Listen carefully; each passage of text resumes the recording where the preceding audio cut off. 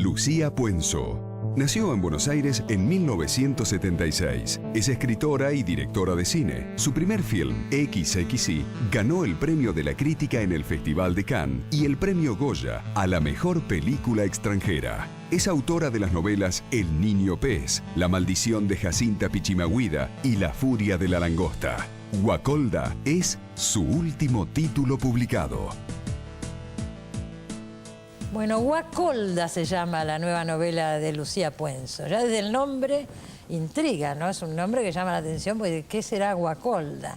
Y te metés, Lucía, con un hecho histórico, que es los años que vivió el nazi Joseph Mengele en la Argentina. Sí, más precisamente la fuga hacia la Patagonia. Él vivió unos cuantos años acá en Buenos Aires. Insólitamente inscrito... ¿En Buenos Aires? En Buenos Aires tuvo una farmacéutica, estaba en la guía telefónica inscrito con su nombre. Tal era el nivel de impunidad después de la ley de amnistía que nos permitió usar sus nombres nuevamente. Y en algún momento, que no se precisa bien cuándo, él huye a la Patagonia unos meses y ahí comienza Guacolda. Y ahí vos decidís empezar a novelar. Y ahí sí, con muchos cruces entre lo histórico y entre la ficción, había muchos datos que a mí me interesaban particularmente. Uno de ellos, en muchos libros se menciona que Mengele tuvo algún tipo de contacto con juguetes. Algunos dicen que fue juguetero, otros que hizo muñecas, nunca se supo. Muchos historiadores argentinos me han dicho... ¿no? Dicen que es el terreno del mito, que nunca se sabrá. Hay datos que sí se saben fehacientemente y muchos datos que son puro mito. Claro, pero te llamaron la atención esos elementos. Digo, las muñecas, ¿no? Porque en el libro aparece todo esto. Y digo, también hay, desde ahí uno puede imaginar cuál era la fantasía de Mengele. Marcar genéticamente, modificar genéticamente un país. Me parecía la cima de lo más oscuro de la medicina, ese cruce umbral que pueden tener cuestiones de ética médica en las cuales los médicos se ven en contacto con lo más oscuro, con el poder.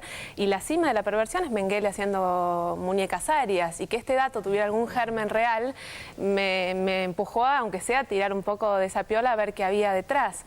A mí me interesaba particularmente el lugar que habían ocupado los médicos en el aparato nazi, que fue muy protagónico, y no es casual que un médico como Mengele terminara en un continente como el nuestro y en un país como Argentina, que recién se hablaba en el otro bloque, de la mezcla, de la importancia del mestizaje. Está tan marcado en el libro desde la mente de Mengele. Cada persona que conoce le hace como el patrón genético, más o menos, ¿no? Internamente. Y esto lo modificaría y esto no.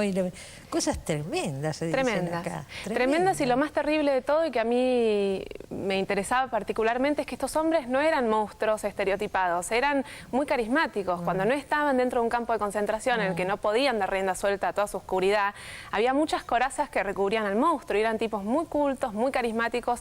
Muchos testimonios dan cuenta de cómo era Mengele, que era hasta muy apuesto, y entonces recubría un tipo que era difícil de ver venir, sobre todo para los niños. Los niños... Ese es un elemento del nazismo, porque siempre se dice, bueno, la cultura nos hace mejores personas. Esta era la gente muy culta, ¿no? Entonces, ahí te encontrás con una contradicción, no sé, provoca muchas cosas.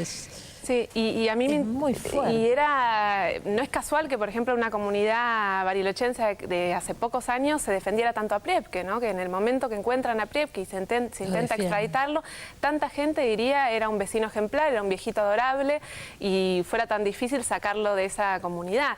Esa comunidad que años antes, en realidad en años previos a la guerra, hasta tenía escuelas abiertamente nazis, y una comunidad alemana que en muchos casos era muy simpatizante con esa ideología. Bueno, todo eso está mostrado en el libro. Vos elegís una familia, una relación entre Mengele y una chica de 12 años. Todo eso ya es imaginación, ¿no? Sí. Es lo que agrega Lucía Puenzo. Sí, con muchos cruces, ¿no? Se sabía que él había estado un tiempo ahí y de ahí surge esta historia. Esta familia que en realidad encarna todas sus obsesiones, ¿no? Una madre embarazada, vendrán gemelas, una nena que es tan diminuta para su edad y dos chicos arios. Tienen la mezcla, ¿no? Una madre alemana y un padre que es como todos nosotros. Como dice en un momento, dice, en otra situación ya le hubiera abierto la panza para ver cómo era que funcionaba. Algo por el estilo. Es tremendo. Sí, porque el libro está escrito no desde la voz de Mengele, pero sí permitiendo que esas marcas de esa bestialidad irrumpan por momentos en la novela y son muy perturbadoras y fueron perturbadores de escribir, ¿no? Yo leía, no sé dónde, se hace una comparación, o sea, dice, este libro remite a la idea de Hannah Arendt, ¿no? De la banalidad del mal. Sí. Es que está bien, es eso también. Sí. Realmente a mí, leyendo centenares de testimonios de gente que estuvo en contacto con diferentes cuadros nazis en la Argentina y en el mundo, me daba cuenta de que en realidad las barreras entre el bien y el mal no están tan definidas y muchísimas familias, muchísimos civiles pueden estar en ciertas circunstancias en función del mal. Y eso es interesante porque remite a las cadenas de complicidades que para que estos hombres se evaporaron en nuestro país no fue solamente el gobierno en su momento de Perón que les permitió entrar a este país, sino centenares de familias argentinas que con mayor o menor conciencia permitieron que Pero me decís que figuraba en la guía con su apellido. Figuraba en la guía, después de una ley de amnistía, muchos de ellos vuelven a usar sus verdaderos nombres. Él estaba inscripto con su nombre como José Mengele en la guía telefónica. ¿Y la gente sabía quién era? Muchos sabían, muchos sí. Sabían y bueno, y obviamente muchos otros no. Creo que ahí hay grados de complicidad, de mayor de redes muy armadas y de gente que no sabía pero que lo intuía y permitía que pasaran por ahí. Y otro tema que trata también la novela es el tema de la ética médica. ¿Hasta dónde, no es cierto? Eso supera el nazismo, el caso Mengele. Uno lo puede ver en situaciones y circunstancias todo el tiempo. Es que la verdad que insólitamente yo a la novela entré por ahí, no por el nazismo ni por Mengele. Entré por cuestiones de ética médica y por percibir ese costado tan oscuro, así como la medicina es central en nuestras vidas, luminosa y sanadora. Si la medicina entra en contacto con cuestiones más oscuras puede ser muy peligrosa y a mí me interesaba ese costado de fascinación genética que había en el nazismo, que ha tenido en otras expresiones de la medicina consecuencias muy graves. Yo leí por algún lado, me equivoco, que tu próxima película va a ser una adaptación de Guacolda. Firmo Guacolda a fin de año, si logro a fin de año y si no en marzo del año próximo. Y estoy ya en una quinta versión de guión y armando todo. Yo mientras la leía trataba de imaginar, ¿no? De ponerla en imágenes. Y me daba... son imágenes fuertísimas, ¿no? Sí, la verdad que la adaptación plantea toda una serie de problemáticas a resolver, de dónde contarlo, del punto de vista, y cosas que funcionan en una lógica literaria y no cinematográfica, ¿no? La novela tiene un costado hasta simbólico, de las muñecas, de lo que esconde Guacolda en su vientre, que en esta adaptación yo estoy corriendo hacia cosas más de lo tangible y lo real, y es interesante, es como un experimento ver qué aparece en esta adaptación. Bueno, El Niño Pez también la adaptaste, era tu novela, ¿no es cierto? Y la adaptaste vos al cine. Cada adaptación trae consigo como un desafío distinto, ¿no? Ahí era el tema de ese perro que es el narrador en la novela y que al correrlo apareció una película de género. Y acá aparecen otras cuestiones y ahí estoy, sumergida. Vos sabés, me llama mucho la atención porque muchos autores, si se lo lleva al cine, dicen, bueno, que se ocupe otro, yo no la puedo adaptar. Vos hacés las dos cosas, ¿no? Yo digo lo mismo y después no lo hago, porque yo en realidad estaba escribiendo Guacolda y a punto de filmar otra película con un guión mío y de otra persona y empecé a darme cuenta que quería filmar Guacolda, así que hice un enroque y cambié para este lado.